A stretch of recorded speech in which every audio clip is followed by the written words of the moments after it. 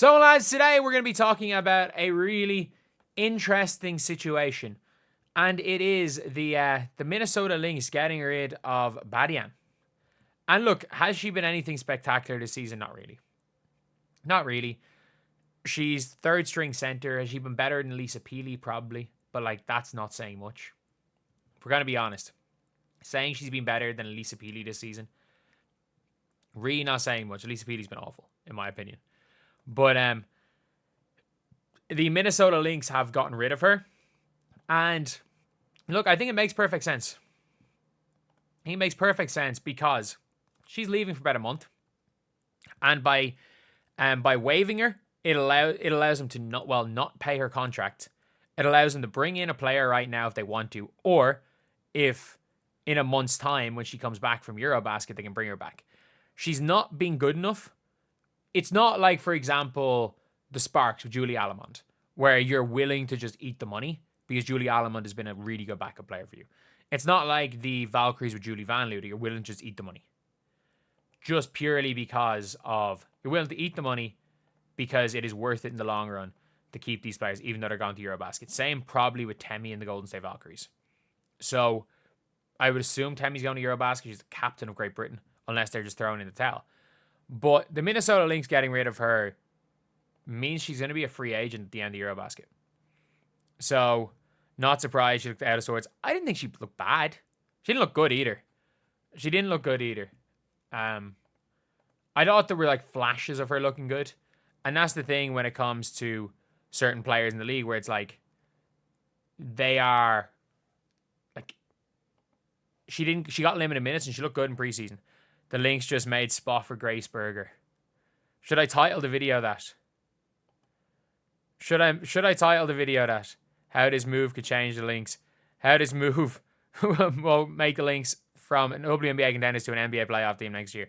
Just for that, I'm titling this video the Lynx just made a spot for Grace Berger.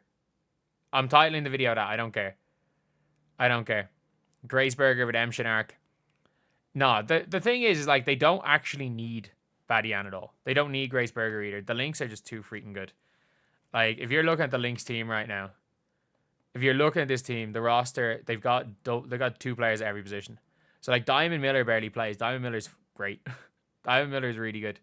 So, like, Heideman's been one of the best bench players in the W this year. Carlton, struggling, but she'll figure it out. Bridget Carlton will figure it out again. Wait, Carlton's 6'2" now? Anastasia Kosu's 19. She's not really going to play. But you got a starting five of Shepard, Smith, Williams. Sorry, not Shepard. Jesus. Fee, Smith, Williams, McBride, and Carlton. You're the best starting five in the league, arguably close with the Liberty.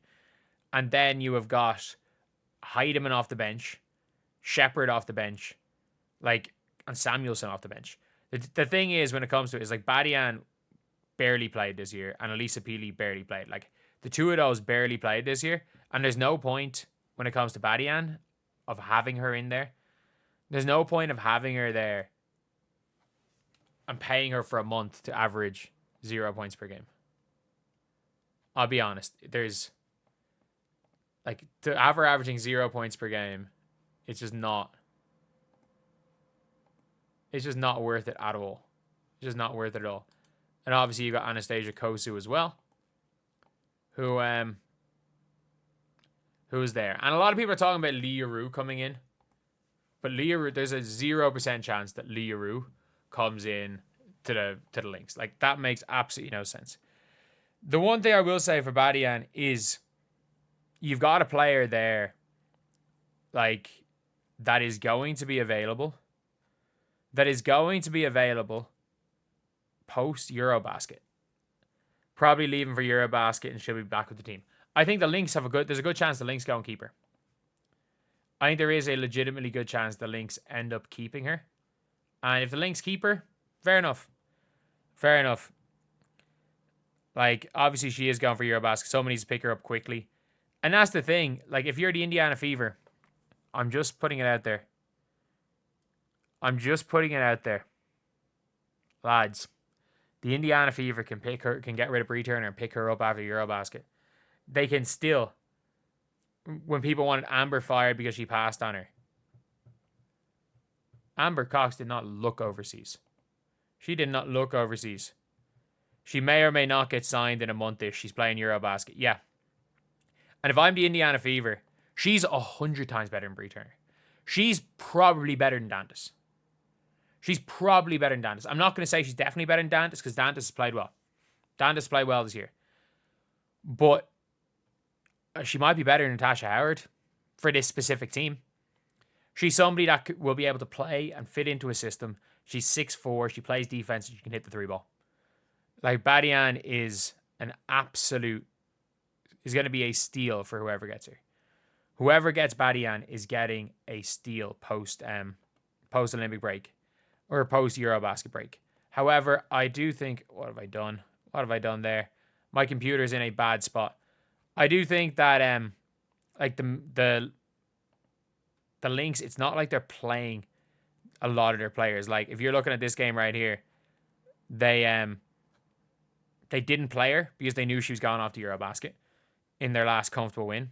And then, like, you got Lisa Peely, who's doing nothing in these games. And I think if it wasn't for the fact she was leaving for a month, she'd be still on this team. And she'd be working her way, maybe not into the rotation, because it's very difficult to get in over Jessica Shepard and Alana Smith and Fee Collier. But it's a lot easier to get in front of Bree Turner. So, yeah, that's just my opinion on this. I think this is an option. I'm not saying the Fever are or aren't going to do it. I'm just saying it is a definite option. Badiane is a definite option coming into the season. She is a definite option. And yes, I understand she's averaging 0 on the season. She has played 3 games. You have to look at what she's been doing overseas. You have to look at the fit, and you have to look at the fact that, yes, she is not better than Jessica Shepard, and she is not better than Fee Collier, and she's not better than Alana Smith. But no offense, no bench big is better than Alana Smith or better than Jess Shepard. No bench big. And Badiane is way better than Bree Turner. She's way better than Bree Turner. And again, she is someone who has got overseas experience. She played for Fenerbahce. She's used to playing with better players than her. She plays defense. She can run a bit. She can hit the jump shot if needed. Like, a smart move from the Fever would be maybe not pick up specifically Badiane, but Badiane is now a player that is a free agent who has expressed interest in coming over to WNBA that's going to be available in a month. So we got to keep tabs on her. Because the smartest thing the Indiana Fever can do is cut Bree Turner now, sign Ari McDonald. Well, sorry, cut Bree Turner as soon as Caitlin Clark comes back from injury, or Sophie Cunningham, whoever comes back from injury first. Cut Bree Turner as soon as that happens, and then sign Ari McDonald to a rest of season contract. And then after that, you can wait it out till after EuroBasket. Players will probably come back on like the 4th or 5th of July in a month. And then you have your pick. You have your pick of EuroBasket players, depending on what the team needs, depending on injuries, depending on what you see over the next month.